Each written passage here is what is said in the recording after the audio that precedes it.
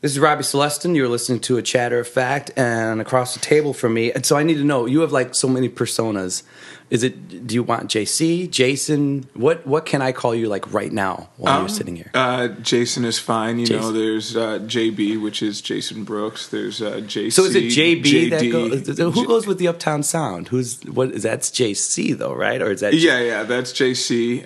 There's JD Marquez, my sketch and stand-up persona. There's you do stand-up too? I used to. I've been writing, but I have not actually done any open mics lately. All right.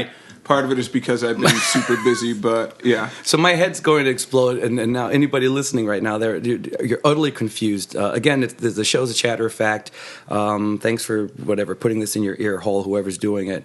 And the main thing I want to share, because people before this thing, you're the official first guest, which is great. I'm nice. like honored.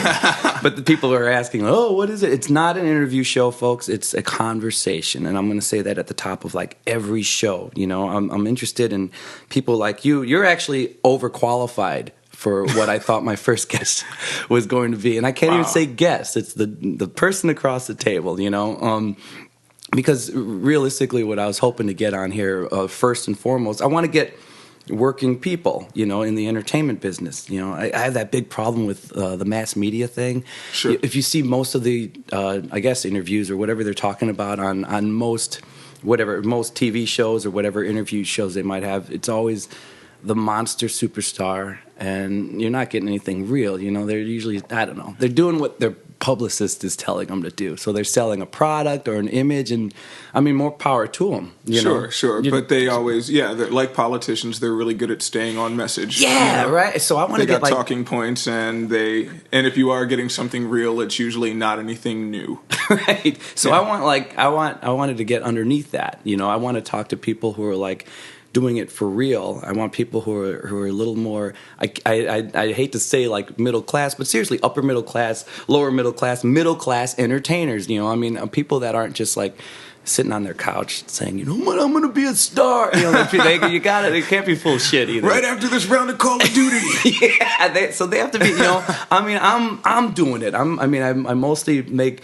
A lot of my bread is made I'm in like a cover band called Final Say, but between that and then my original stuff, and then I got a couple independent films coming out, and I do the writing thing. I'm doing it, and I don't talk about doing it. Bills are paid. You know, I do about 170 shows a year. So I want more people, like I want to meet people who are like that. You know, I know my story, so I want other people's stories, you know. Okay. But here's why you're overqualified. Here's why you're messing everything up, because I went to a City Winery show and I saw this thing, badass thing. It was so cool in Chicago, and it was this wine pairing thing. They did like a wine flight. And the theme was what, female artists, right? And they paired that with female wine makers. Yeah. Sure. I'm glad that I didn't know if there was another term. Inventors. Like candlestick makers. So anyway, I go and they were going to have an artist that I didn't know you. And obviously I'm a Chicago idiot, or maybe I'm too busy working because everybody else knows you. It's a big city, dude. But seriously, so I go and I see this show, and you're focusing on you're singing songs by Chicago or by female artists, you know, and man, such great ones. I mean, you threw down. Yikes! I wish it's so funny because I just wish that I didn't have the. Or rather, no, because limits are good. You know, they help you to be more creative. But sure. There were so many other female artists that I wanted to be able to include in that in the lineup. But you know, the time constraints worked against me, and I felt like I was shortchanging some of the other artists that I also think of as like my favorites. Who were you cheating on? Who did you feel like you were leaving in the dust? Oh man, Anita Baker, Patti LaBelle, like what would you've done? Like Bonnie Raitt. What would you? What Anita Baker tune? Well, and that's the other thing, because even when I did have songs by. Even when I did have songs that I liked by a certain artist, or like really wanted to include a certain artist, the second layer of like winnowing down was basically how how the song would sound in such a stripped down arrangement, like just piano and drums or just piano. And that kind of, there were songs that I really loved, you know, more than some of the stuff that made the show, that unfortunately we couldn't find a way to keep it engaging without all the production that went into the track. But other Anita Baker tracks I might have done are Love You to the Letter, Watch Your Step, or Watch Your Step. I don't know. Same Old Love. Baby, you better watch your step. You're gonna fall. I got to dig back deep into Anita Baker. Yeah. Man, I wasn't, you know, because I knew like her hits, so I didn't, you know. My dad used to sing, and he used to actually sing "Sweet Love." Oh, really? Yeah, that's a great tune. Oh, wow, all right. So that's where you like messed up my head, because I thought I was meeting this soul singer, and you killed it, you know. So and anybody listening, what they did is like somebody from City Winery would come out, and we would all chug our red glass of wine, and then they would talk about the female winemaker, and then they would walk off the stage. And that night you were JC, right? Pretty much. Yeah, sure. So you would walk out, and then you would do about 2 or 3 songs, usually by different female artists. Yeah. And I mean, right away, man, you just fucking knocked me out. It was good. I mean, you're good. You're the real deal, you know. Oh, thanks. And then they would keep, and it's funny because then, you know, you'd leave, then the guy would come back, and then this winemaker, and then by the third one, you know, I really didn't give a shit who the lady was. Like, just give me some wine. Yeah, let me finish it. You know, but I was more into you. I mean, the wine pairing thing was cool. Like, they do it once a month or something. I hear.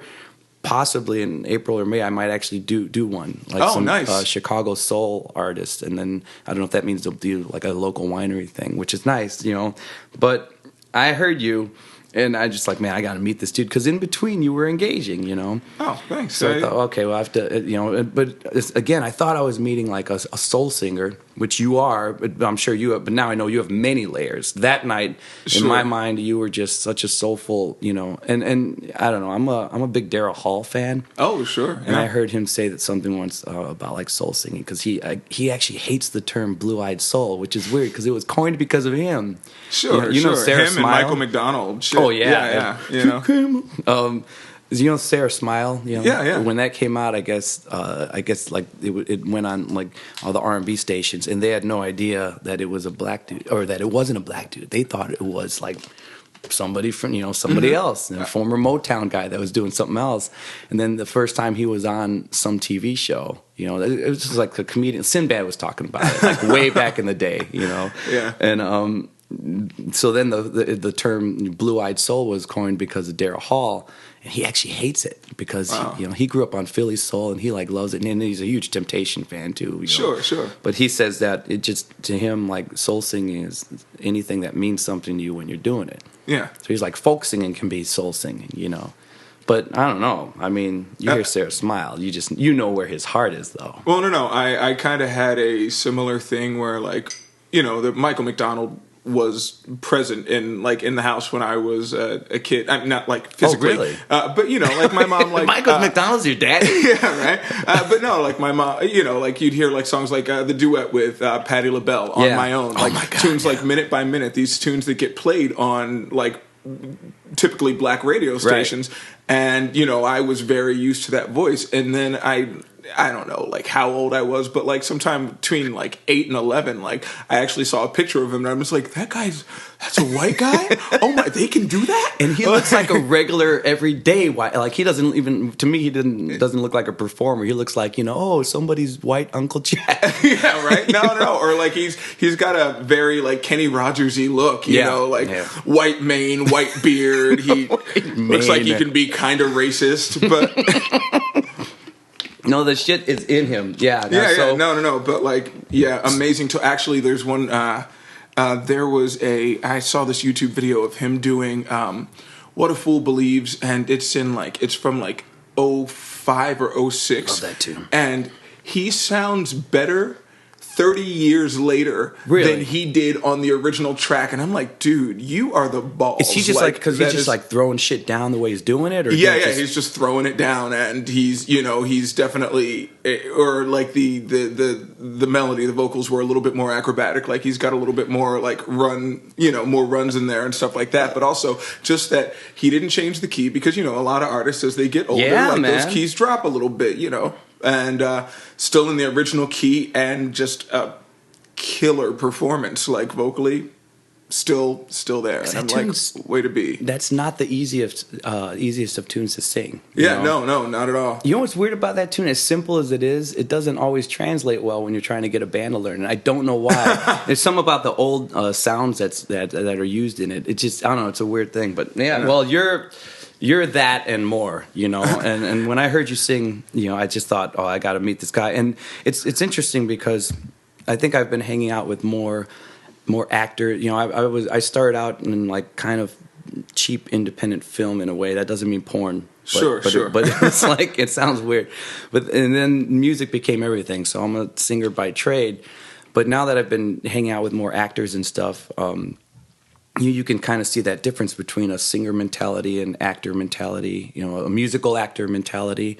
Sure. When you threw down, there was this thing where you were in the moment, because I think when they're such two different styles in a way. When I went to see The Color Purple, which at the Mercury, yeah, holy shit! Oh yay! I thought that was a great production. You know what? That and The Lion King are the two best musicals I've ever seen in my life. I've seen I don't know, maybe 10, 8. Nice. But I thought, God, that thing was amazing. There's actually a couple of people from that cast in Desiree in the new one that you're doing. Okay, yeah. Well, so there's something to be said for an actor who's on stage and they're singing. And they're in that moment. The lines have been given to them and they know who they are, and the whole what is my motivation question has been answered, Sure. But then when you're a singer and you're not in a play, everybody draws from somewhere else, whether you're the douchebag who wants to impress the girls or the guys out there, or you're somebody, who really takes it from within, and when you were singing, you took it from within. I thought, like, no, absolutely. Yeah, this guy is just going, he's feeling it. And I was amazed.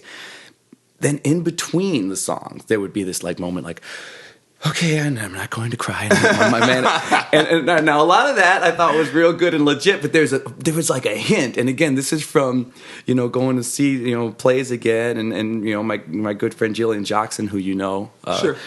Talking, I've had a lot of deep talks with her about, acting and, I thought, wait, this dude's a theater dude. There was something in between the songs about your delivery. Not that it was scripted, but there was a vibe, there was a delivery. Sure, it's the difference between being. I think that a lot of performers who haven't done theater, who just like get out there on stage and like bare their soul through their music, but aren't necessarily used to engaging with a group of people. It's the difference between being self-aware and being self-conscious about it. Nice. And I feel like my theater background keeps me from being too self-conscious because I've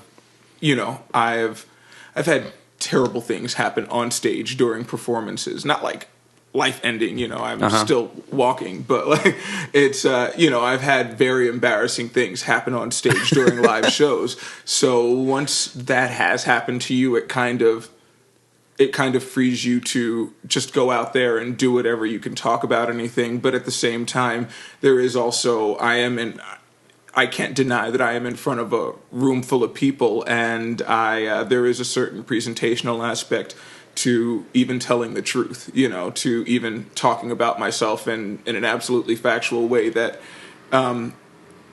is different than if, than just this. A regular Joe. Yeah, you're like two people talking, I'm very aware that I am on a raised platform in front of a room full of people who were there to see me, so that does definitely alter the presentation. Some people don't get that, and it's sad. Not sad, I guess, but there's some legitimate, amazing musicians who don't get it. And somebody once told me this years ago, and then one of my more recent, I guess, bosses.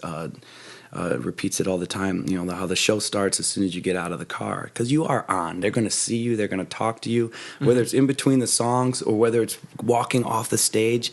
I mean, you're on, and you have to. You know, you can't be a jerk. You can't. You know, you have to somewhat be that engaging person. You know, and it's cool that you're able to tie your real feelings into something that is broader and can be appreciated and shared. Sure.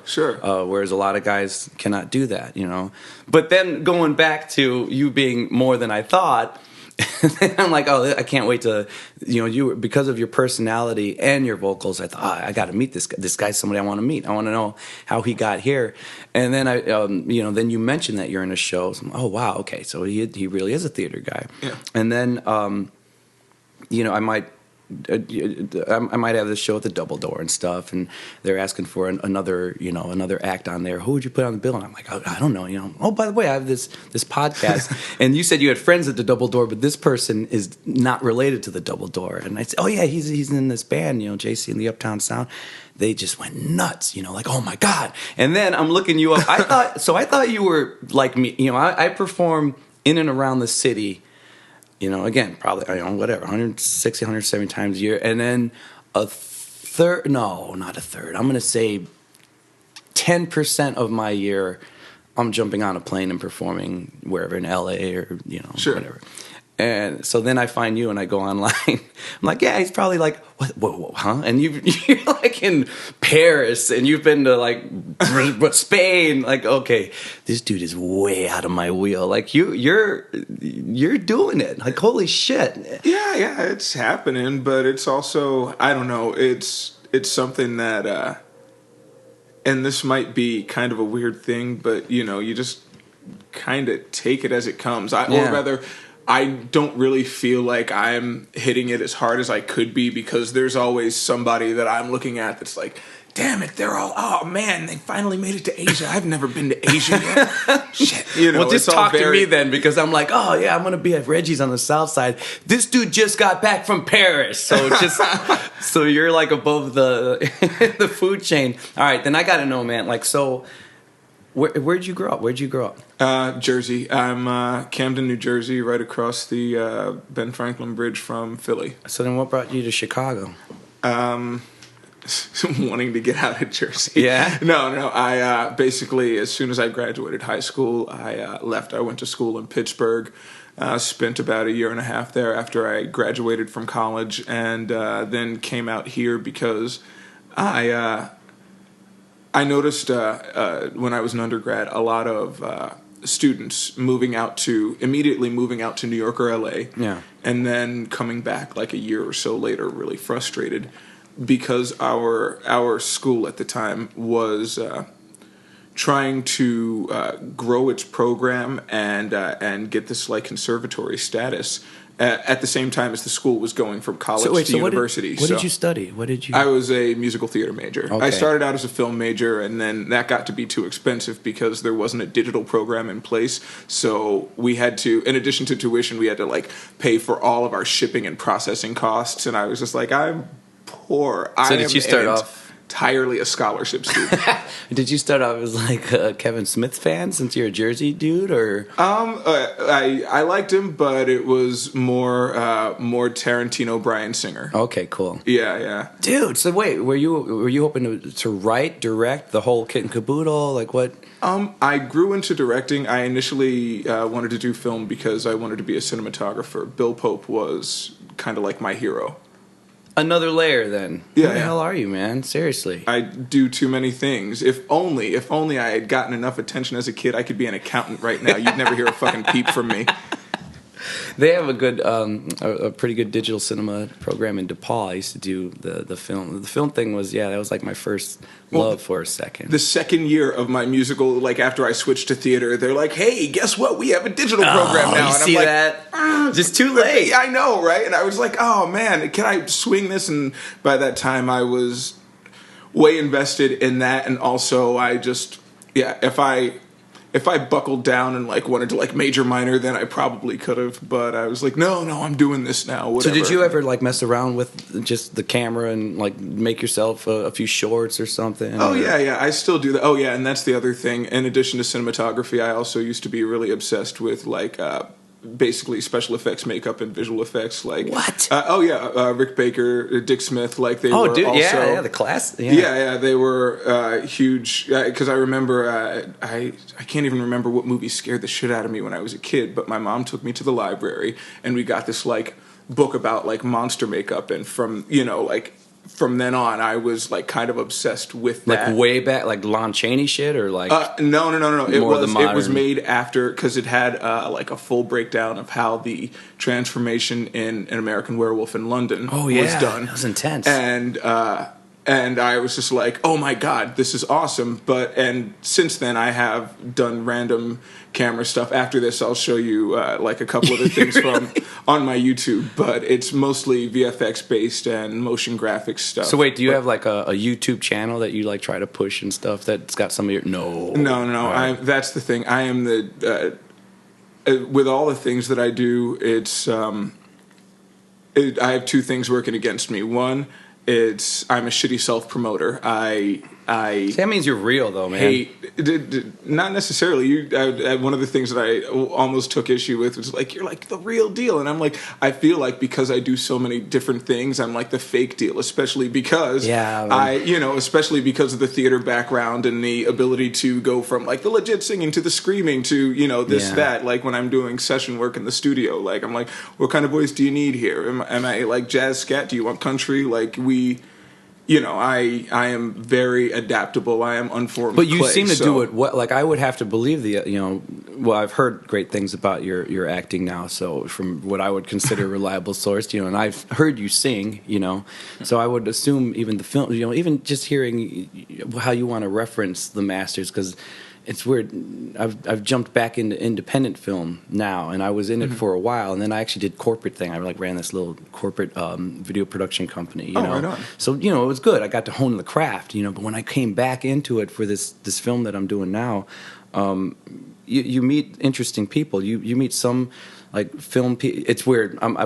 I'm in a documentary and I'm in like this film, and the documentary is basically somebody who said, "Oh, you made a film when you were like 16. Like you made an independent film before it was cool to make independent films." So they made this documentary kind of chronicling, how I did that, and then now I'm doing the same character virtually from when I was like 16 and doing it now in this new movie.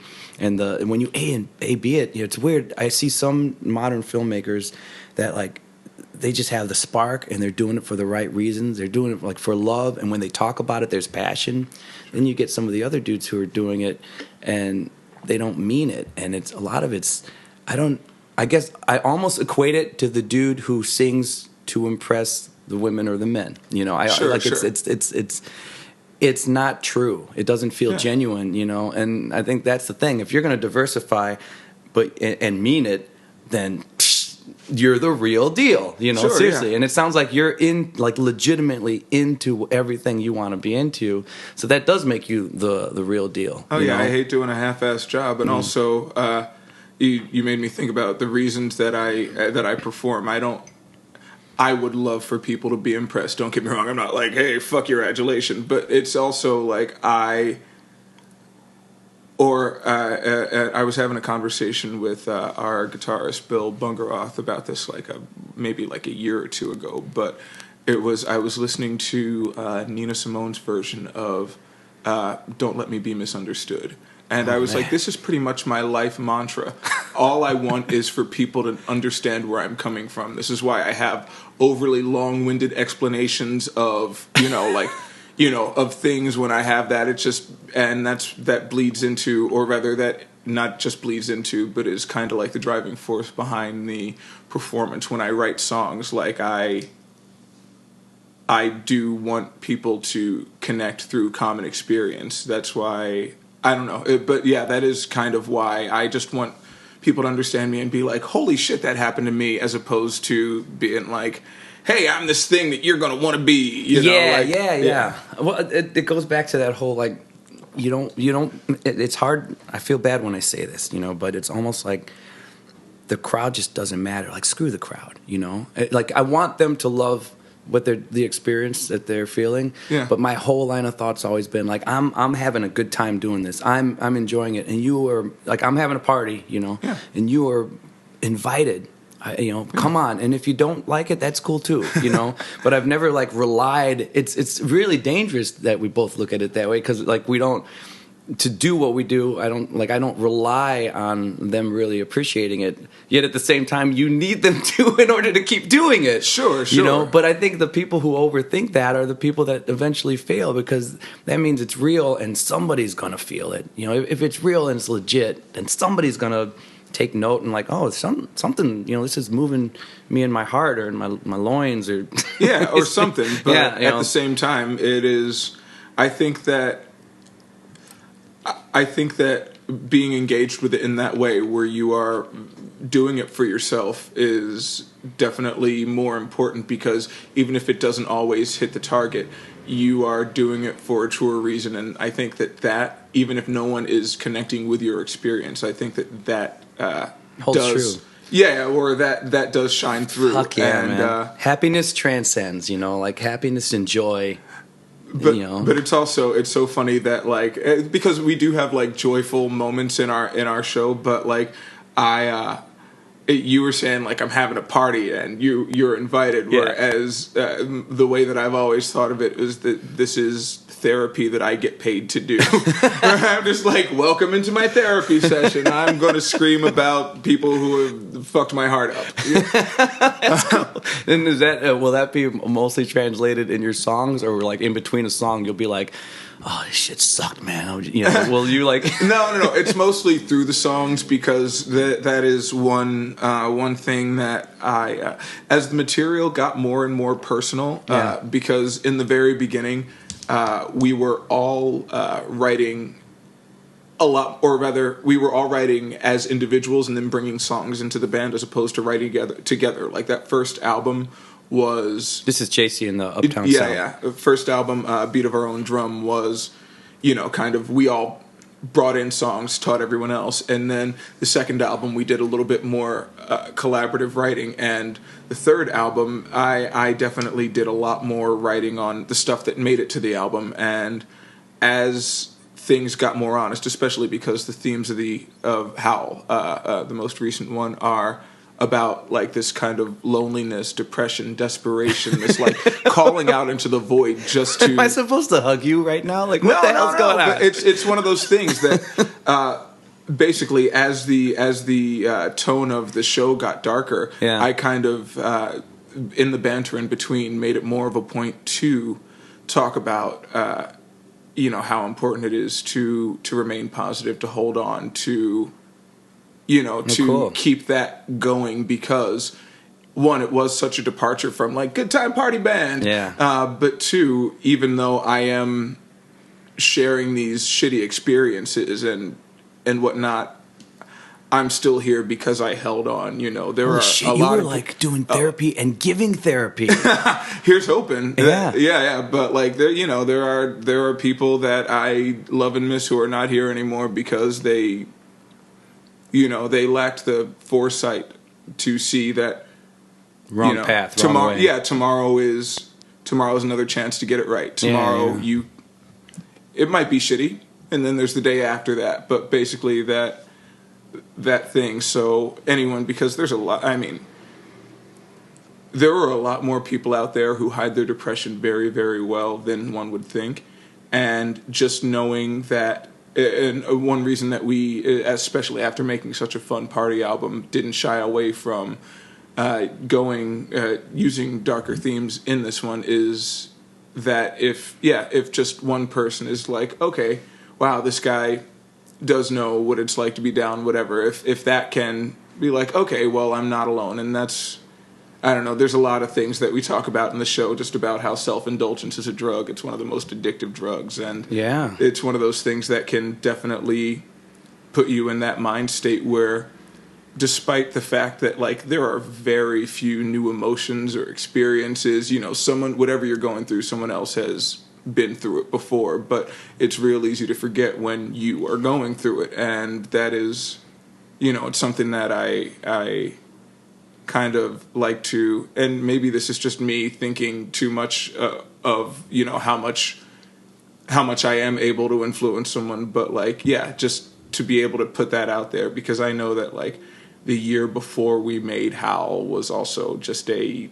really, really dark time for me. So wow, you shouldn't charge like ticket prices. You should fucking like charge by the hour. and instead of like seats, just have a bunch of couches. Oh, that would be nice. It sounds like therapy. It sounds like going to your shows therapy. Now I need to like go to one of those shows. But see, with all the couches, nobody could dance. But they would just be laying down, and then you'd have a notepad in between songs. And I would tell you about my dreams, like, oh, I don't know, like Selma Hayek was throwing pickles at me. I was naked, and then we would improvise a song based on fucking that. A. See, we're making history right now. So then, hold on. When you're in Jersey trying to be like the film guy, but then the theater major, naturally makes more sense, for whatever reasons. You come to Chicago. Did you come to Chicago with some goals in mind? Like you knew there's something you wanted to audition for? Or did you like come with I'm gonna do something and I'm gonna be in a show? Like No. I came here. Oh wow, and I never finished this idea. But like basically, there were a lot of upperclassmen who moved back frustrated because our school, while providing I feel like I got a great practical education there, but I didn't get I didn't get enough opportunity to perform because, learning the school or the textbook knowledge of the craft is one thing, but you actually have to put it into action because we all engage, we all engage with anger, we all engage with sadness in like different ways. So you're never going to know how to best communicate these things unless you get up on stage and get to do it and try it different ways. What was was it like too many students, not enough shows? Pretty much. Yeah. And so I wanted to move somewhere with the eventual plan to move to probably New York over LA.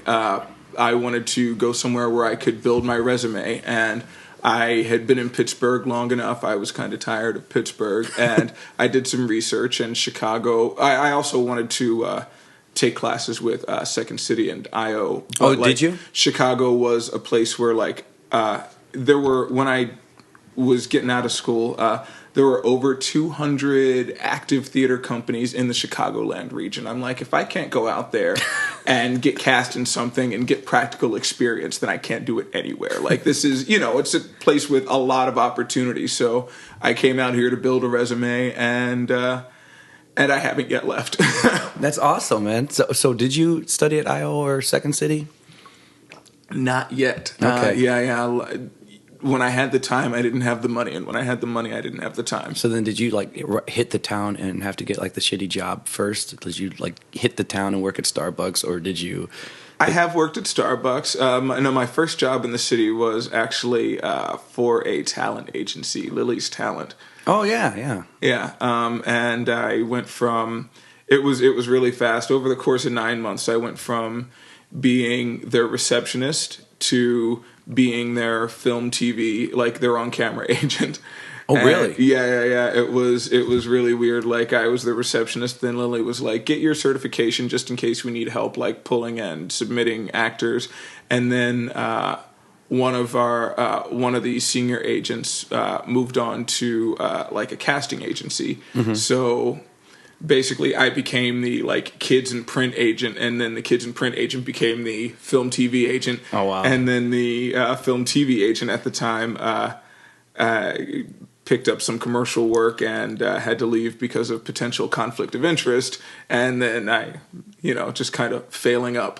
Basically. So you're not going to get a better scope of what you would need to do to work in the industry then. So that's like a brilliant move. Yeah. And it must be hard. I mean, I wonder if a lot of actors try for those particular jobs, or if it's tricky, because I have a friend who worked in LA for the same agency that like Ellen DeGeneres worked for, and she really wanted to break into the business, but it was this constant kind of awkwardness, this constant awkward aura of I'm breaking the wall if I try to go in, you know. And so because it's the same thing as if you meet a celebrity and you're actually like chilling with somebody. As soon as you have that moment where you want to like take a picture with them, or you know, it's like fuck, I just lost it. Like they're not my friend anymore. Yeah, you know what I mean? Well, so that's tricky, right? Or yeah. There was basically I wasn't doing any work then. I wasn't getting submitted for anything, or rather, for the first like 2-3 months while I was just the receptionist. Yeah.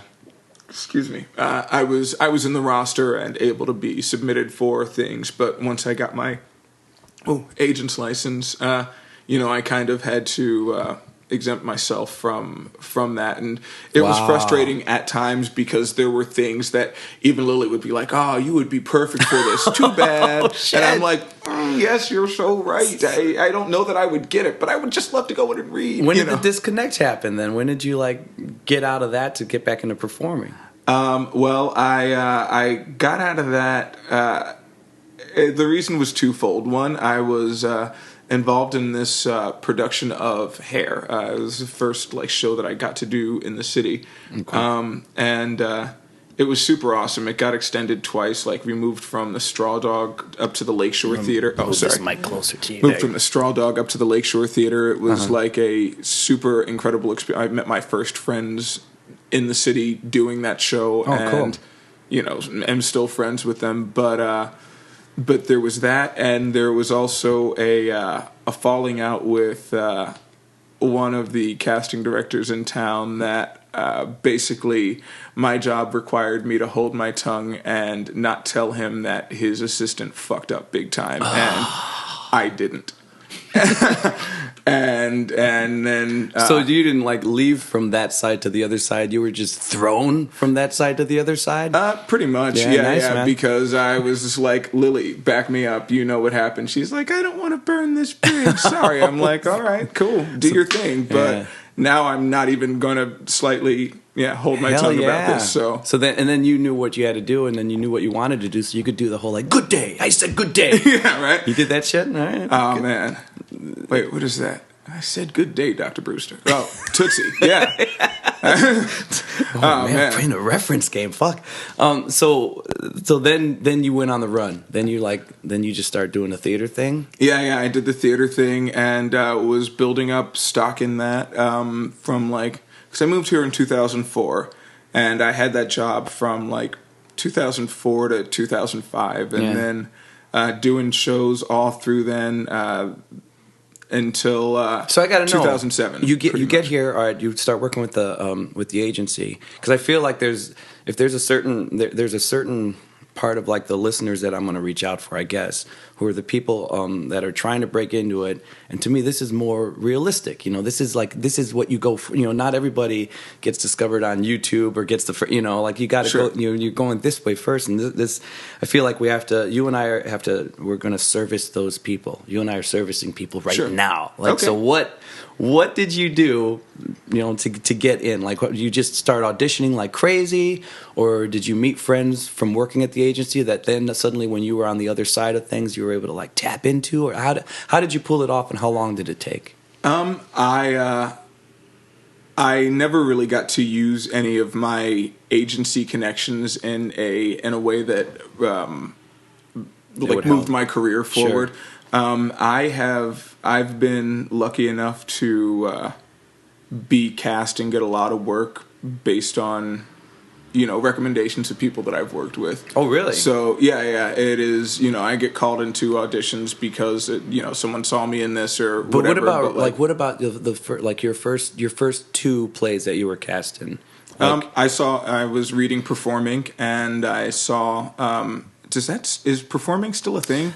Don't know, because I remember that mostly a singer. Okay, well, there used to be this what was that? I think that? Twice a month paper, like really thin paper. Perform Inc. Yeah, okay. That was like interesting local entertainment news, and then like the back section was like all the auditions for like actors, musicians, dancers, directors, whatever. Oh, and the first two shows, that Hair and Bark, I got through there, and then. I got a random call to like were do those, a kids show. Were those like was it like a chorus thing, or did you get like a decent role the first 2 times out? Or? In Hair, I was HUD. I don't know, the black guy or one of the black guys in this band of hippies. And in Bark, I started out as the understudy for the puppy. So it was, it was, yeah. So you're getting good roles right off the bat. Yeah. It was pretty cool. Then I did this show called Kama Sutra, the musical, for a while. That was my first like real paying theater job here in town, and based on work that I had done, like I got a call to come in and do a children's show at the theater building, which is now Stage 773. Okay. And because of my work there, like Alan Chambers, awesome dude who used to work there, recommended me to, when Porchlight was doing Ragtime in 2007, late 2006, he called up Walter Stearns, who was the artistic director and the director of that show, and was like, you got to see this guy. And I went in and, got cast as Cole House, and wow. That went on from there. And then, yeah, basically I feel like every job that I've gotten is because of like something that I've done previously. Like I've done very few cold auditions. But the first 2 were more or less cold, though, right? Yeah. So you had to be like, you honed your craft. Yeah, and you were good enough to get, then, and then people just started knowing who you were. And then nepotism, Look all the at way, you, man. All the way down. Friends and favors, a little bit of blackmail here and there, and I saw you with that. Before I knew it, I was running steadily in the middle of the pack. So I mean, seriously, did you have a run where like that was it? That was your job for a bit? Like that was where the money was coming from? Like you were able to do that for a bit, or? I never made all my money from theater, sure, but like 2007 was definitely my best year because Ragtime opened in like March, and that's also when the band formed. Because I looked up an ad on Craigslist because we had just finished tech, we had opened, and I'm like, I have way too much free time. I can't have free time. Bad things happen with free time.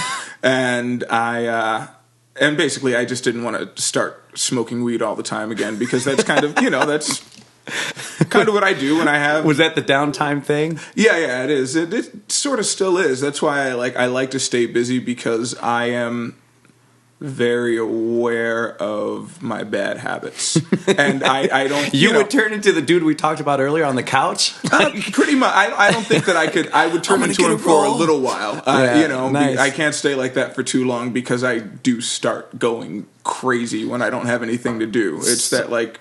Yeah, when I'm in a manic place, I'm like, yes, more stuff, more things. Yeah. And then I have too much, and I'm just like, oh my God, I'm so stressed out. But then everything gets done, and then I take like 2 weeks where I pretty much do nothing and smoke weed, and then I'm just like, all right, find something new. Yeah. Well, so when you got the band call and you answered the Craigslist thing for the band, did you ever do the band thing before? Was that just your first time, or were you in bands before? Oh yeah. I had actually been in a band earlier, like this pop punk band called the Hadleys in like 05, 06. And before that, I had a band from Pittsburgh called the High Frequencies.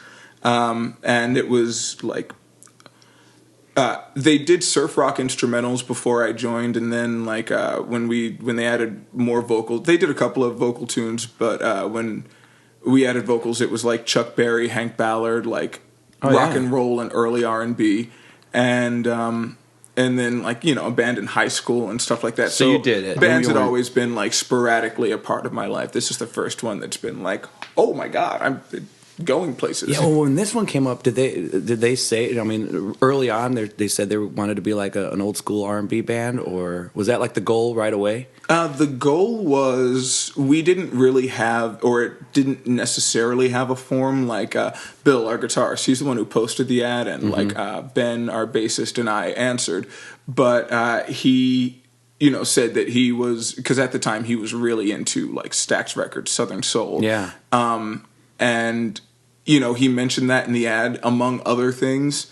And he just said that he wanted to make aggressive dance music. And this is just the form that it took.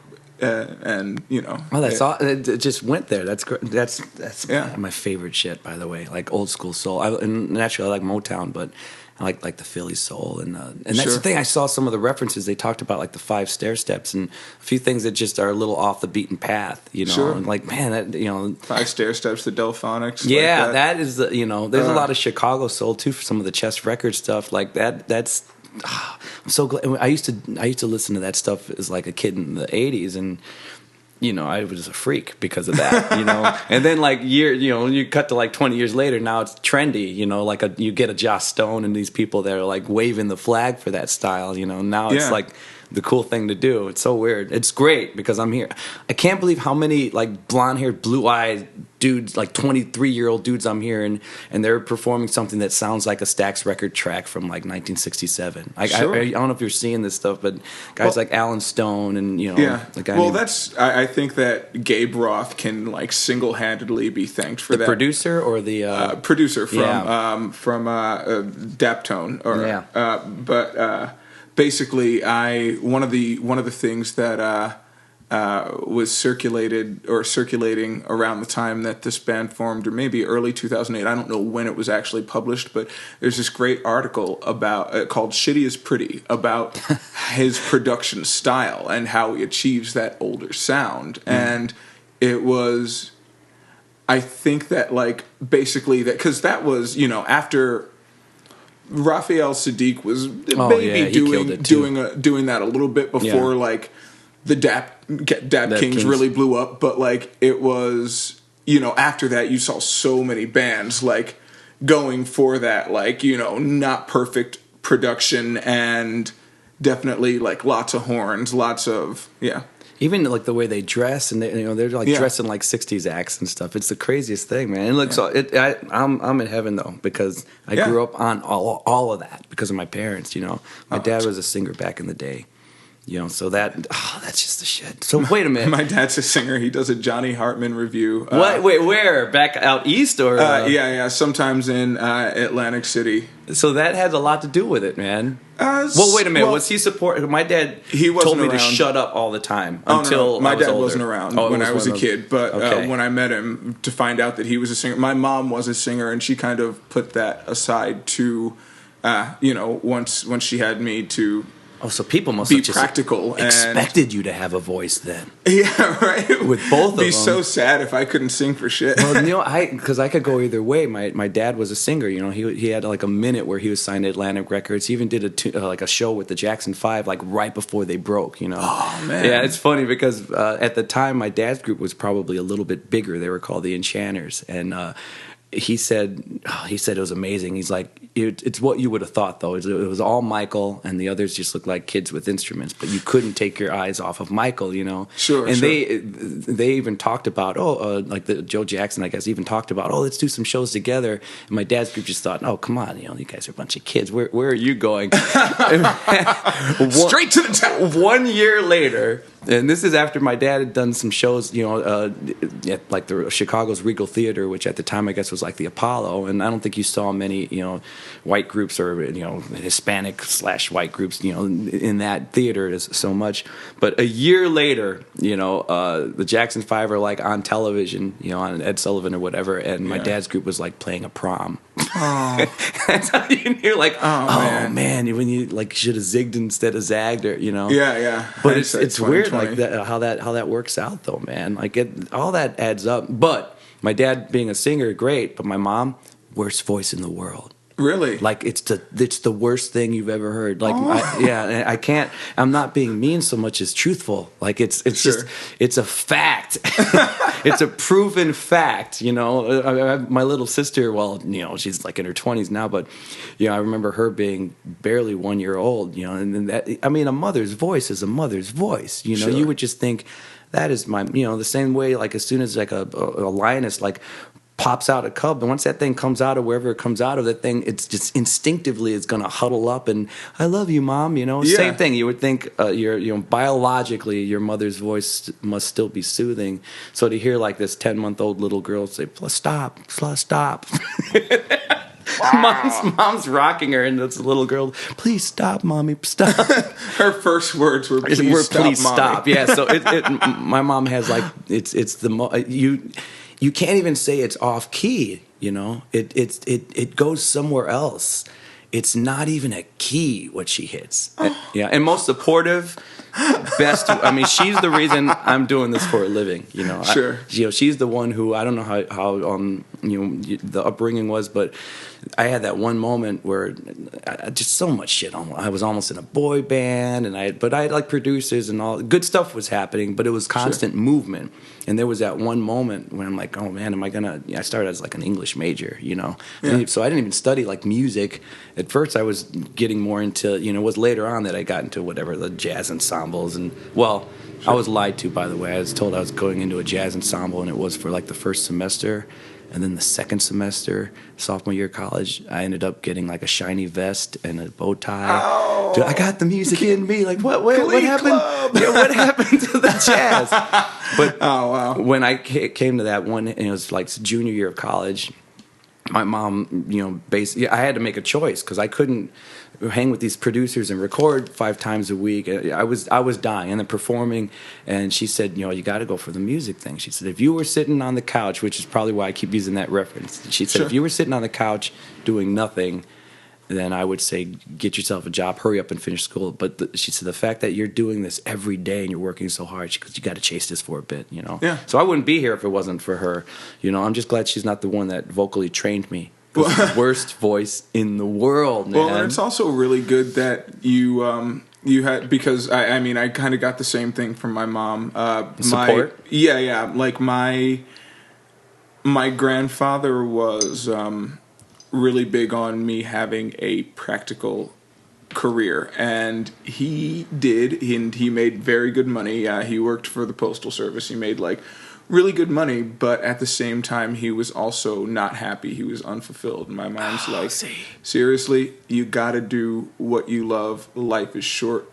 You could be dead and that's one of the things that I always think about now. Fuck, I could be dead at like 5 minutes after walking out of here today. Yeah. How fulfilled am I? Yeah. It's, you know, as long as I got a roof over my head, you know, you can't like discard everything, but I have a roof over my head, then I got to chase what is going to make me happy, because tomorrow's not a promise. I suddenly feel a lot of pressure to make this like the best conversation you've ever had if you're going to die in 5 minutes, by the way.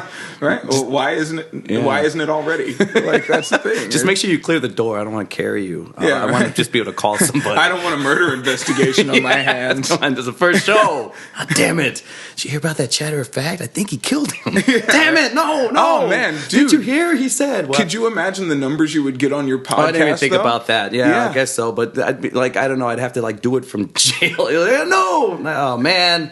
No. Don't die. I think that beat down the street, and then I'll write chatter of fact on your dead carcass. Yeah, right. And basically, you upload that to iTunes at $1 a pop. Once Gawker breaks the story, people will be. I mean, that'll be enough to cover your legal defense. His last words. All right, fair enough, man. No, the support is everything, and that. Yeah. Oh, how many people do you know though? I have a lot of friends that. I mean, again, I feel like I'm doing well. I'm one of the few lucky ones, because I know a lot of people that are way more talented than I am that are not working.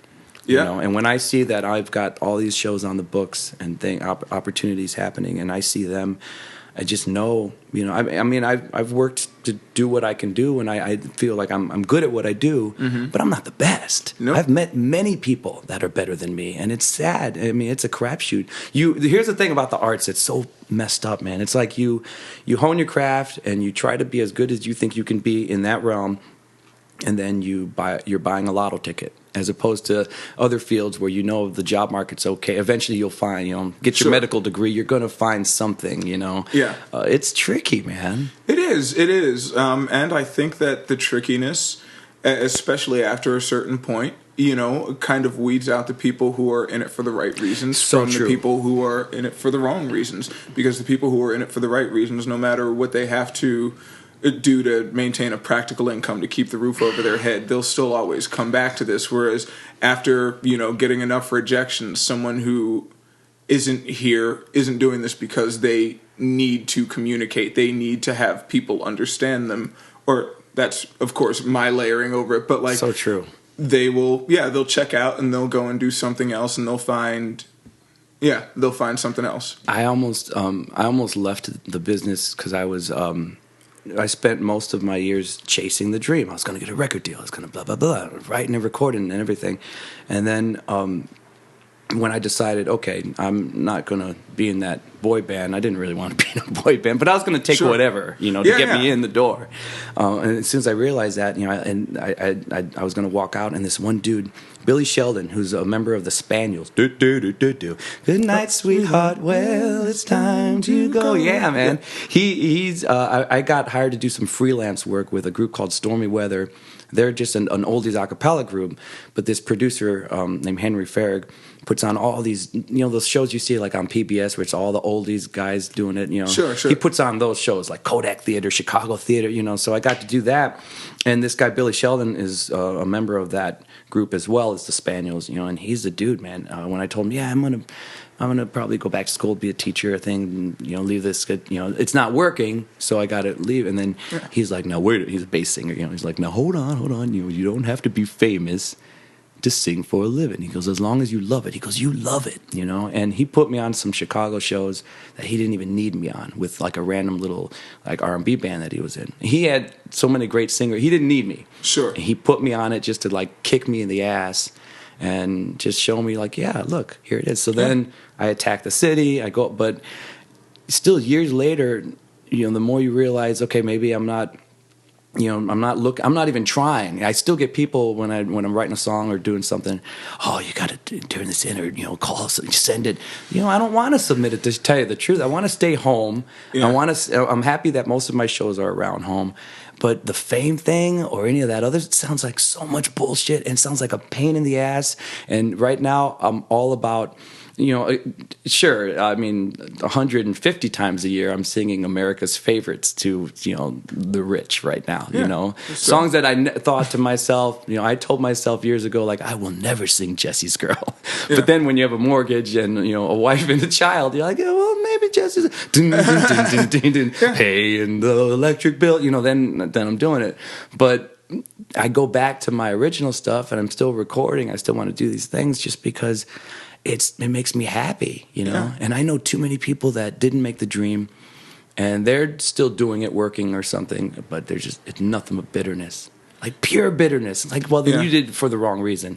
Then you didn't mean it in your soul. If you just did it for universal love or just for the paycheck that would come or fame, fuck fame. Yeah. No, and I see, that's the thing I've worked with a couple of people who have been grinding for a while that are really, really bitter, and I'm like, I would check out before I got to that point, because I'm, and it's not something you could say to someone, like, especially like, it's usually during like session work that I'm doing, so it's not even someone that I know personally enough to be like, do you know what you're communicating to other people? Like, and I don't even think that it's obvious to them that they are like jaded and bitter about it. And it's just like, where's the joy? If you're not happy, fucking stop doing this, because life can be painfully and unexpectedly short. And do you want to die being like, oh man, life is I'm yeah, man. And Chicago's a shitty town to do this in, and blah blah blah. And nobody really listens anyway. And these things that I hear that, like, dude, why are you still doing? So basically, it is definitely something that will wear you down if you're in it for the wrong reasons. But I also think that there isn't, or rather, it's so many things I wanted to say. One, I think that that's it. Going back to the cover band thing. No, I definitely don't. As someone who's in an original band, and like, I talk to a lot of musicians of like at very different levels. Yeah. While being in an original band, especially one that's getting some attention like us, is super cool. It's also not the most lucrative thing in the world. Whereas my best friend's fiance sings in a cover band, and he is fine. He is doing well. He's got a savings account. I'm like, what's a savings account? What is that? Like, this magical thing. Yeah, right. Wait, you have money in the bank that stays there from month to month? Yeah. Whoa, hold on. what wizard do you know? It's called Chase. Yeah, what? Yeah, now, who is this Chase? What is this Chase Castle? Yeah, right. It's fucking crazy, but that's the thing where like I think that is one of the trade-offs, because not only can mass appeal suddenly disappear, but it is also basically you can't chase it, you have to let it come to you. It's one of those things where like if you are saying the right thing for the right time, if you are somehow locked into the cultural zeitgeist, then yep, it'll come, and the message will resonate with many people as opposed to a few. But it's also, that's never gonna, or rather no, because that's bullshit. I was gonna say that's never gonna come from not being yourself. Yeah. But then again, there are professional songwriters. What's that dude's name? The Swedish dude, Max Weinberg. No, Max something. But he's written pretty much every pop hit since the late '90s. Yeah, okay. Where like it's a name that you don't hear very often. I was watching and I only know this name now because I was watching this like BuzzFeed link or YouTube video that was about like, did you know that like pretty much this guy has got he's got more number ones than Michael Jackson, and he's the force behind pop music that nobody knows, and he's had like more top 10 hits than, I don't know, name someone, but it's one of those it's one of those things where it's just like, it's not even, I mean, maybe he is just locked into the pulse of culture and what people want, but at the same time, it's such a weird thing that if you are shooting for that, you're already doing it for the wrong reason. You're already in it for the wrong reason, and then you're never. And that's, I mean, you might as well just start doing crack, because you're serious. I think you're like digging a hole that you will never fill. Because that adoration, that success is so fleeting too. It's like it's gonna stop. A second here. All right, we are back. We took like a mini pause because we were talking about crumbs and junk, because now we're eating cookies. our sharing of the cookies, and how I'm telling my daughter we'll get bugs if she leaves crumbs anywhere. Which is true. It's not even a lie. It'll like you're saying, that you can leave like jeans and shirts down, but that will not bring forth more organic life. That'll just unless you have got like a real personal hygiene problem, where it's like the sweat that I left on that shirt in the corner is now starting to, it is mildewed, it is growing bacteria, and this is the curveball for any listeners now. Like, wait, they were just talking about like not being tainted. Now they're talking about crumbs and dirty jeans. Welcome to Chatter of Fact. That's what this is. But real quick, I guess going back to that. Okay. I had this weird moment. So the first gigs that I got in the city were just me and a piano player, and I was doing the Drake Hotel, like the Coke Drawer Lounge over there, on like Monday nights. I think I made, I think we made $80 a piece for 4 hours, but it was the first gig in the city. Yeah. Oh yeah. Oh dude, come on. I mean, I know that rich people like to hang on to what they got. No. I will do the cover band thing I do. So the cover band's called Final Say. I will do a show for like, we'll do like an $80,000 wedding. We're not getting that, but we get paid really well. Jesus, dude. No, we get paid really well. We do like Chicago Bear wedding. We do a lot of, we're not cheap, and the people that are hiring us throw some serious dough around. But I mean, I've done gigs where it's like this person, used to be or would be like staff in the White House or something, or just have oodles of money, and we're getting very well paid to do this, but we're doing this wedding or whatever, or private event, and when it's time for the band to eat, we go in the back and we're getting like stale turkey sandwiches. So definitely know that one. Yeah, like it's just, somebody, I don't know who coined it, but somebody I know, I've just heard the term bandwiches. Because usually it's like a deli platter and some rolls, and they're like, "Hey, rack it out, go have fun. Would you like some chips?" It's like, "Hey, I want their steak." Meanwhile, there's lobster. like, "Oh, sorry, a piece of this filet mignon fell off the plate," and I'm like, "I would totally eat that. We're gonna throw it away, but here, have this like day-old turkey sandwich that hasn't been refrigerated." Yeah, it's messed up, But I guess going back to the Drake thing, I remember having my moment, like, whenever this was. Monday night, nobody in the room, and it's just, the piano player and myself, and we're going to sing. And I remember just having that moment of like, no, this sucks. Like, what is my life right now? Like, this is an empty room. And I think that was the moment when I could have started to become those people that we know so well. Sure. And I stopped myself for a second, and I just thought, wait a minute. Somebody's paying me to sit on this stool and sing for 4 hours. I'm getting paid to sit here and sing songs.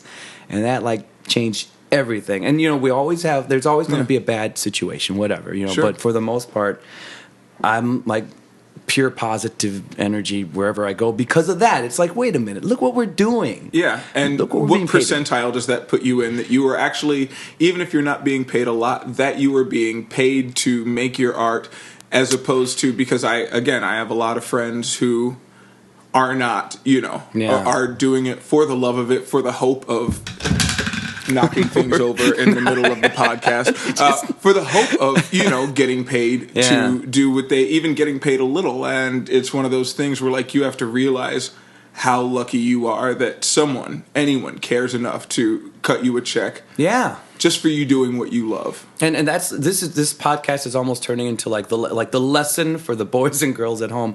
If you are just doing it for adoration or paycheck, then you are in for a sad day. And if you do it, start going to therapy. You do, and if you do it for the pure love of it, then you're going to love it for the rest of your days, and you're going to love it whether it's you are at the top of the financial heap or the success heap or at the bottom. As long as you're still doing it for the love, you're going to continue to love it, and that joy will never diminish, And and when it does, you can always do something else. No one is only interested in one thing. Right. Yeah. Well, that's the thing. Look at you. You're probably in another 15 years, you're going to be a cinematographer. You're going to go back. Oh God. I went back to film now. I did this, and I left that forever. And now I'm back in this thing and doing these film things, which is pretty cool. It takes a break from the music. It's definitely something that I've been thinking about a lot more lately because, the band is kind of on a little bit of a hiatus this year, because prior to this, we've been on the road for pretty much 2 years. Not straight. There've been little breaks here and there. Where can they see you? Anybody listening? I meant like online. Is there? JC Brooks and the Uptown Sound.com. Okay. If you have carpal tunnel, just Google JC Brooks and the site will come up. Or just go to YouTube and type it. Actually, I would prefer that you went to YouTube and and Googled the band name, because our live videos are a lot of fun. And also, or if you're not into watching live video, go to Spotify. There's it's out there. It's there. And far be it from me to really promote Spotify, but I figure after. It's so funny to me. I was just having this conversation the other day that so many of the biggest artists are like, fuck Spotify, I only made $16 for 1 million plays. Yeah. It's like, wow, you got 1 million plays basically after the cost of recording the album has been recouped. That's all promotion. So I'm happy to direct people to after that point, Spotify. Right? Because I'm on my CDs on Spotify, and I'll look over and see like, oh, I made a penny? I made a penny today. I made a penny for 1,100 it's like, what listens. The hell? Yeah. Spotify does kill the artist income, but so I like where you're going. Like after a certain point, basically, it's out there. Let it live out there. Yeah, after you've sold enough physical copies to cover recording, then you can't imagine how many new people, even accidentally, you might reach by having your music out there. And if even 1 in 10 of those people who had never even thought to look you up before likes you, then cool, one more new fan, and they'll tell someone else about it. And it is very much a kind of network mindset where, like, if you have a good product, something that you really believe in, then someone else, that'll resonate with someone else, hopefully. I mean, I think that there are very few cases where that won't reach someone else. It might not reach all the people that you want it to, but as long as you are communicating, then that is, Yeah. Well, so now that you're like, taking a little break away from the band, like you're jumping back into the theater now. Sure, yeah. So what's that show going to be? It's called Dessa Rose.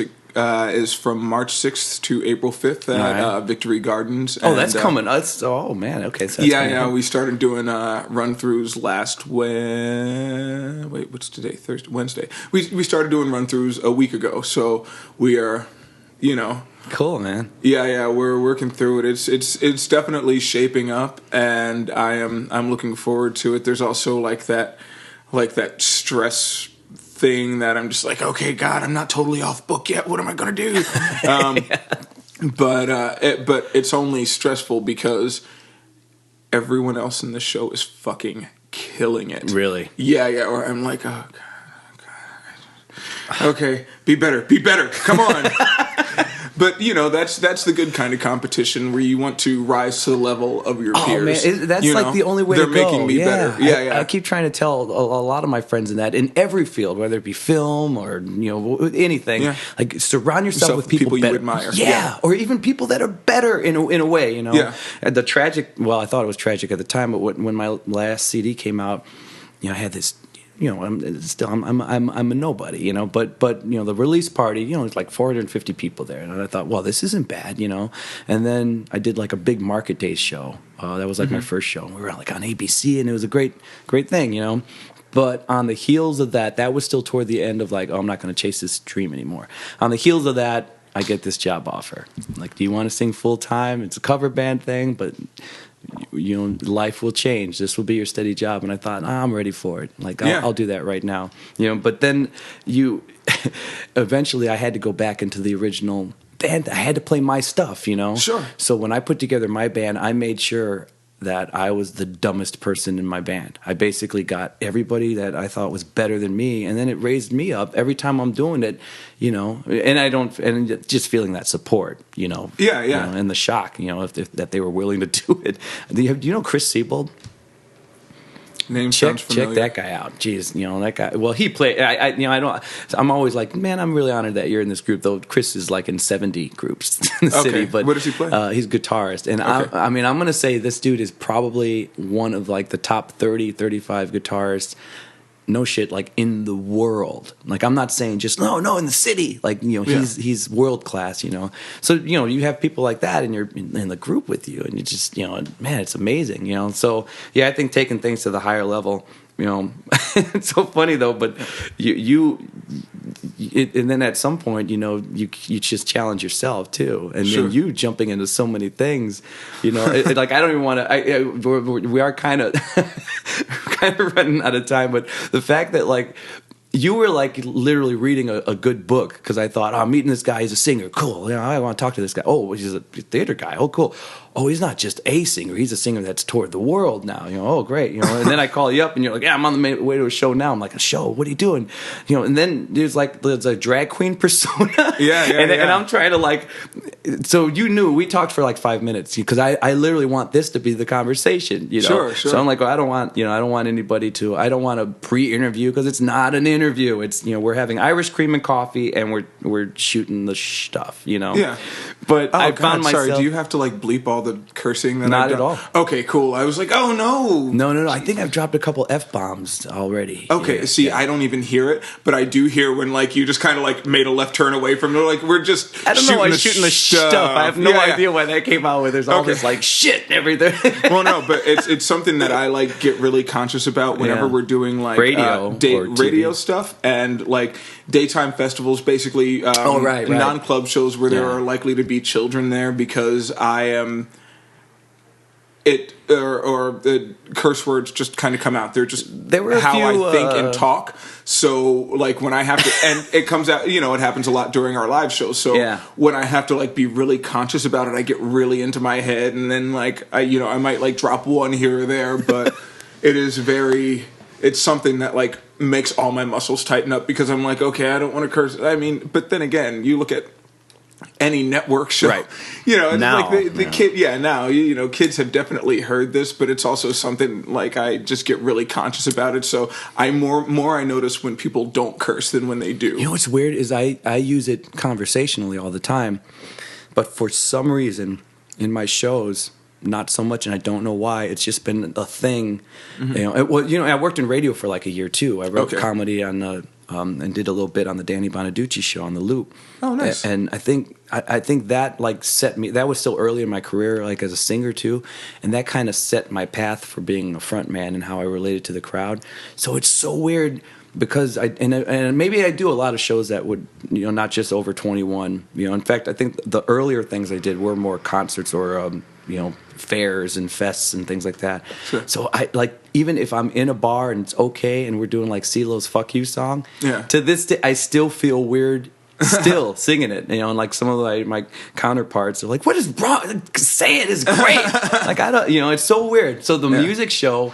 I've loosened up now, but it's weird. Like I don't know why. But you talk to me now, and people who hear this podcast, then anybody that goes to my shows that hears this podcast, like I've never really heard him say shit so much, Yeah. It's just one of those things that it is so much a part of how I speak anyway that it's going to make it into the show. Anyway, and we actually on the newest album we had a couple of swears on "Want More," like in a chorus or something, like I'm fucking dancing. No, never in a chorus. Okay. But like basically on this album, it is pretty much all the way through totally clean, no parental advisory. Okay. But there's not a song called "Shit." No, you didn't. No. But yeah, we it makes it into the banter a lot just because. That is, it's part of the JC persona anyway. Oh. But also it's just how I talk. So, but you got a charm, man. That's why you're here. That's why I wanted to meet you, because at the City Winery gig, going all the way back, you had a charm to you. Like I said, and it just makes so much sense that we're kind of relating to this whole doing it for the right reasons thing, because everything you did that night to me just came from within, and then talking to you, like obviously you're doing this for the right reason, which is awesome.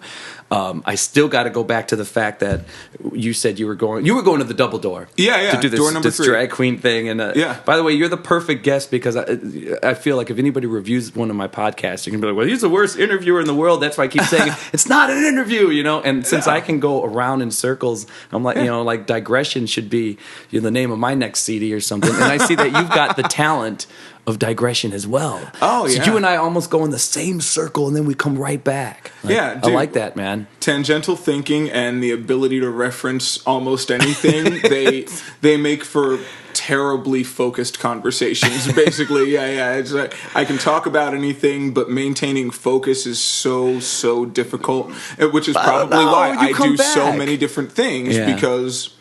Yeah, what I like about talking to you, though, I feel like we both do the same thing. Though we both start here, and then we go in this circle, and we kind of tour the conversational amusement park.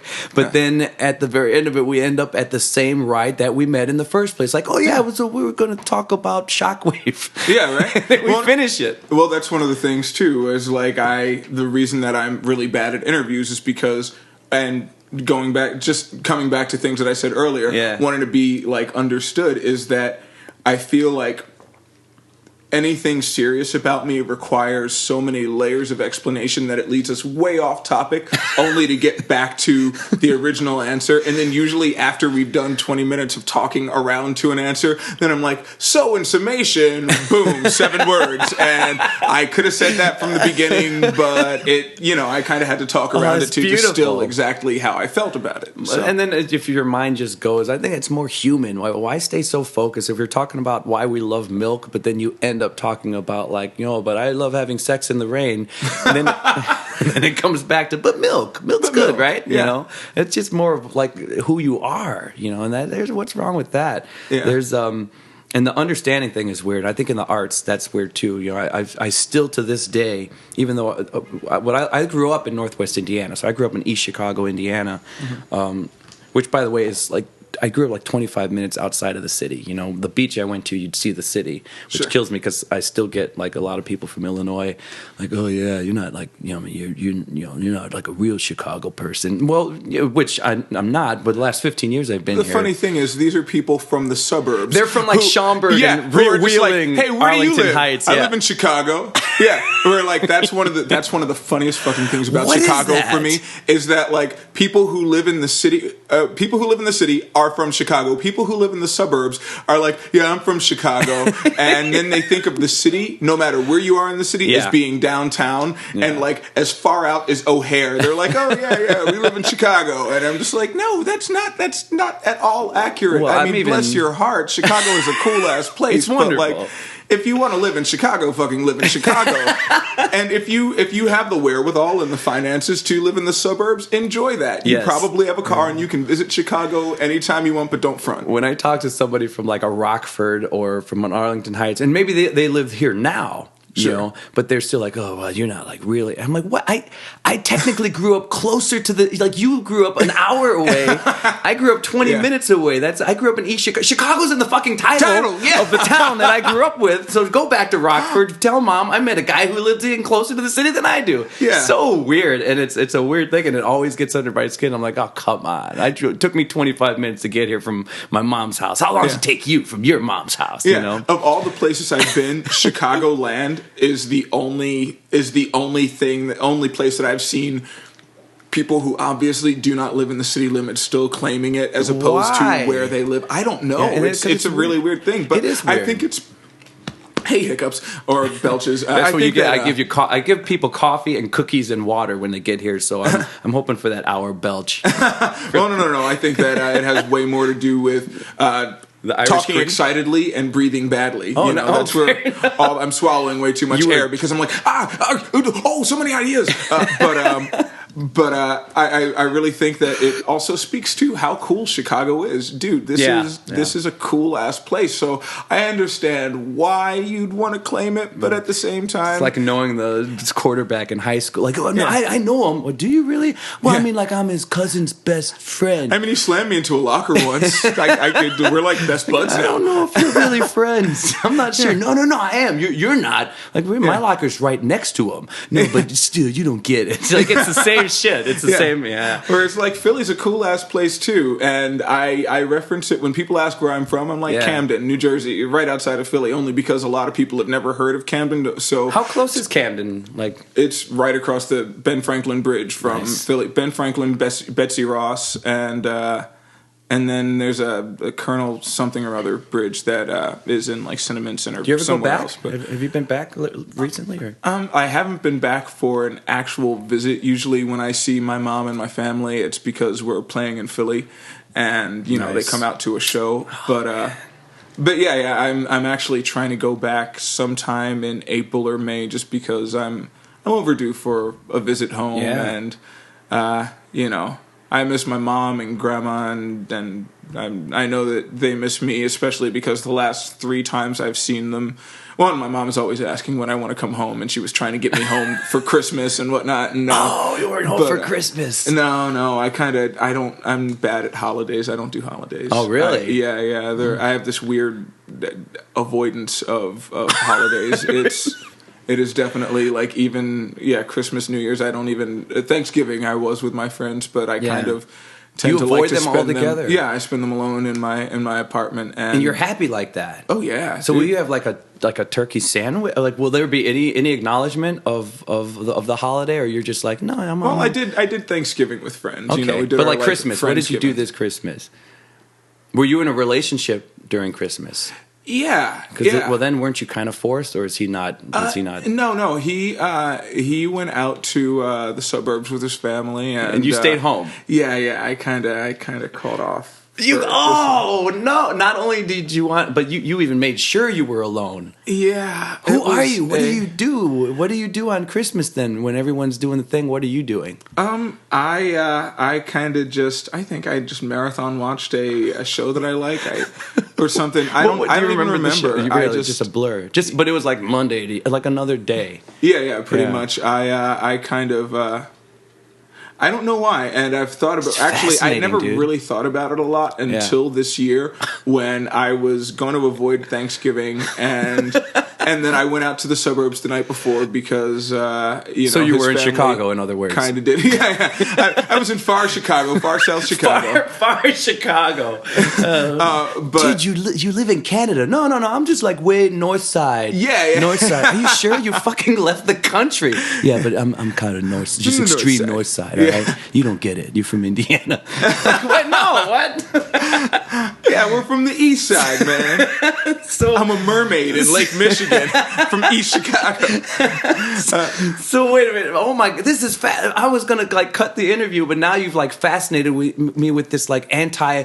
Do you like don't buy cards? Then you're like, I need to like very find rarely. a I buy my mom card birthday cards. Oh, that's okay. Well, birthdays, but that's different. Birthdays are different. That's yeah, like you came out of somebody years. and you were born now. You know, but the other stuff.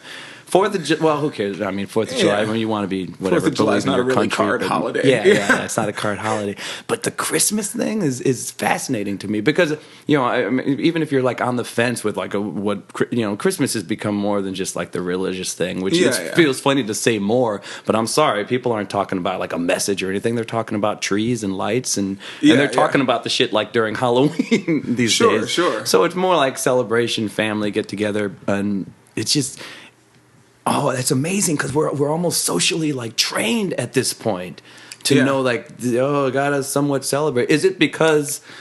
No, I can't even ask you if it's because family's not around because you're just avoiding the holidays. You know, you didn't. Yeah. I don't even see my friends who are around. It's so weird because you seem like such a genuine, sweet, kind soul who is so real, and I love the way that your soul really comes out in everything you do. But now I've learned that you have like the cold heart, and you're just an icicle. You're just you're making me sound like some kind of fucking holiday gremlin. Do you actually go against the holidays? Like, do you take presents away from people? And are you the Grinch? No. I maybe do a little bit of light sniping from the bushes. You know, somebody who looks like he's about to bring joy to someone. Boom, bullet through the head. Right through the head. You know, that's fascinating though. That's cool. Well, you know what? one of the things that I said to my mom was that like, I think that. It's not that I don't like spending time with the people that I love, but I hate the idea that this is when we're all expected to do it. Beautiful. And if you don't do it, then there's something wrong. When it's just like, why does me spending time with you on the 27th have less value than me spending time with you on the 25th? You know what? Okay, then I'm back with you. So part of it is protest, and the other part of it is protesting. When you say protest, it goes right back to who is this militant motherfucker? Like now you're a sniper again. Protest. I'm protesting. Pretty much. Yeah. But it is like I kind of refuse on grounds of principle, and the other part of it is that holidays are always like I fought with depression most of my life, cool. and they are definitely I have holiday triggers, and I don't know why because I've never had a particularly bad holiday experience, but they are. I think because there is so much focus on you have to be together, and this is when your love actually counts and whatnot. That I'm just like, fuck that, like it's kind of like a real big side eye. So you don't even watch the cartoons, or were you a fan? Like, I mean, you don't get nostalgic when you watch when Rudolph the Red-Nosed Reindeer comes on. Are you still going to like be in that mode? Like, oh man, Rudolph's. I was when I was a kid. I still watch some of it. Like it during the season, it's impossible to you can't put up blinders to the whole thing. Movies that I like to watch around the holidays: National Lampoon's Christmas Vacation, The Ref. Have you ever seen The Ref? Dennis Leary, Kevin Spacey. No. Oh, dude, it is. That's a holiday. Yeah. It's strangely, it's like one of the non-traditional holiday movies where like Dennis Leary is this burglar who kidnaps Kevin Spacey and Judi Davis, who are like right, and he's kind of got to get away. Yeah. Okay, I remember when it came out, like previews and stuff, but I've never seen it. Now you got me. All right, I got to make a note. It's great. It's hilarious, and of course, it's about a dysfunctional family. I really do tend toward like the dysfunctional side of things in all of my media consumption because I feel like that cuts closer to who we all are. I feel like the the things that are, and I'm not saying that everybody's fucked up, but everybody is kind of fucked up. Everybody is. In their own way, and there are more socially acceptable ways to be fucked up, and there are ways that people don't get called out on, but, everybody's got their own quirks, and I think that art, be it film, literature, music, that really tries to address these things, not that there isn't a place for art that is very shiny and that does, kind of gloss over nuances. But I think that, like, and maybe part of it is the actor in me that's always way more interested in flawed characters, in someone's idiosyncrasies, in the fact that, Mother Teresa, despite her wonderful reputation, or despite, like the image that she has, was sold crack. To be no, she didn't sell crack. What did she do? She was. You're going to kill me right now. Well, you're making me so sad. She's kind of got a reputation as a bit of a bitch, really, because she used to basically she imposed, and granted, it is part of the tenets of her vows, but she to be a bitch. No. She imposed extreme poverty on everyone who wanted to work with her, because after she got this reputation for being this saint, people came and wanted to work with her, wanted to help her, and she was incredibly rigid with anyone. Just like, basically, you want to work with me, here are my rules, and that's one of the things that I read about her. But basically, every saint's got some grime on their robes, and I am more interested in hearing the full story about someone that we unconditionally love than just hearing the good stuff and making them into this myth, something better than what they actually were, or what anybody could be. Proof of humanity. Yeah, basically, these are the things that everyone else can connect to. Yeah. Everybody's like, I could never be Mother Teresa, because holy shit, what perfection and what giving. But at the same time, when you know about someone's shortcomings, I think that not only makes them more relatable, but that's also, at least to me, to my thinking, it's a little bit more inspiring, because this was a regular person who did this. This wasn't someone who was born to be a saint, someone who was, who kind of had this like mythological glow around them from the time they were a small child, which is why I love origin stories and I hate them, because, a lot of you find out about the nuances of like our national heroes, and it's just like, oh wow, these are things that we were never even taught, because I guess the curriculum doesn't have time for a lot of complexity, but also I think that it would be more inspiring to know that these people who were thrust up onto pedestals were,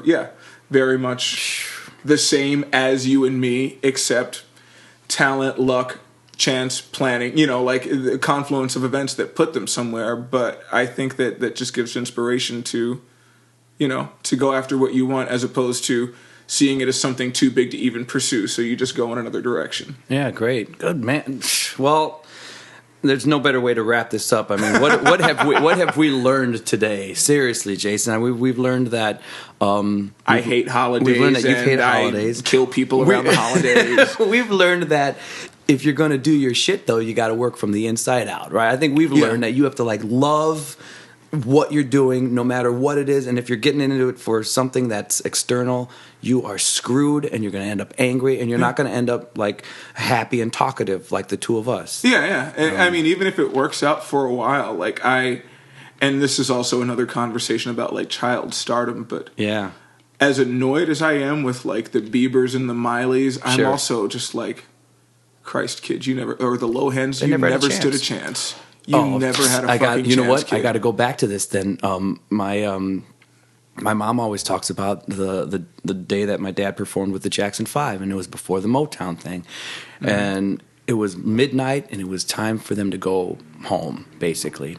And people asked for an encore. And literally, these little kids were tired. Michael was a little boy who wanted to go to bed, Yeah. And he was pretty much yelled at and forced to get on that stage and work. And my mom wanted to call social services or something. And my dad's like, don't, wait, don't. You know, she was that upset with what she saw. Yeah. And you hear a story like that, and then it's like, well, no wonder he grew up different. No wonder he grew up the way he grew up, because that's happening to him when he was like 7, 8 years old. Like, those are the formative years. You have no like mental protection from that, where like if you grew up normal and then that shit happens to you in your 20s, then while it still can affect you and reshape your personality, it's far less likely to. But if that is, how you are formed from the time that you were a kid, you can't really blame someone for being that different. I don't want to say nuts. I don't want to say that, like, it's crazy, but it does. It is like, it is a form of psychosis. It's seriously, you've been yanked out of any kind of social norm. So who else are you going to be? So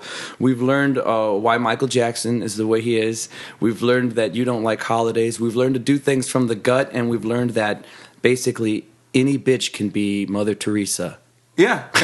Is that a good wrap up? Well, not any bitch. I just think that, but it's a thing. Too vague? We all have the potential to do great things and be bitches. Yeah. We also can't be afraid to kind of kill our heroes or to look askance at our heroes, because there's always a real person whenever you scratch anyone's surface, anyone who seems so perfect. Like there's way more than the smiles. Well, dude, I'm glad I got to scratch you today. Does that sound weird? Thank you. I'm gonna have you back, man. I want to talk more about like theater and theater versus singing some more, and some of your other journeys. And hopefully by that time, I will have also like done a couple of the film projects that I've been. We're going to do something. If I do around. another one, I'm going to have to talk to you about it. So we'll talk about that like off pod and figure that out too, man. We have to chat. But I cannot thank you enough. No, people, no check problem. out, Thank you. Check out JC and the Uptown Sound. Check out Dessa Rose when that hits. And March 2nd it starts at March 6th. March 6th to April 5th. Okay. And then, but really, if they just Google if people want to see what you're up to. Google. I don't have a personal online presence. I almost actually deleted my Facebook. Nice. So just go for JC the Uptown Sound and look for Dessa Rose, and you will pop up. And I'll be talking about you or with you. But I hope you had fun, man. So no, dude, I did. Thank you. Yeah. I'm always flattered that someone wants to. I mean, granted, this is more conversational, but like usually for interviews, I'm just like. Yeah. Oh God! Well, what do you like? What am I here for? What do you want to get out of me? Because I'm just flattered that someone just wants to hear me like because I just wanted to shoot do that for a while. Shit and drink some coffee and Irish cream with you, man. Right on, dude. Let's do it again. Okay. So long, folks. And you'll be able to hear some of his music right after this and enjoy. This went on for quite a while, and that's just the way I like it. So shit! How much roll do you have? I think we went about an hour and a half. Holy shit! It's been an hour and a half. Yes, this guy's got places to go. So long, everybody. Live your life, enjoy your life, and find your smile. Bye-bye. I wake up early. I just barely got to bed. I don't make no money. I do favors instead. This ain't no warning, but stay out of my way. If I were to love you, you'd be gone in a day. The river is buried. The river is buried. The river is buried. It goes from high to low. It goes from high to low.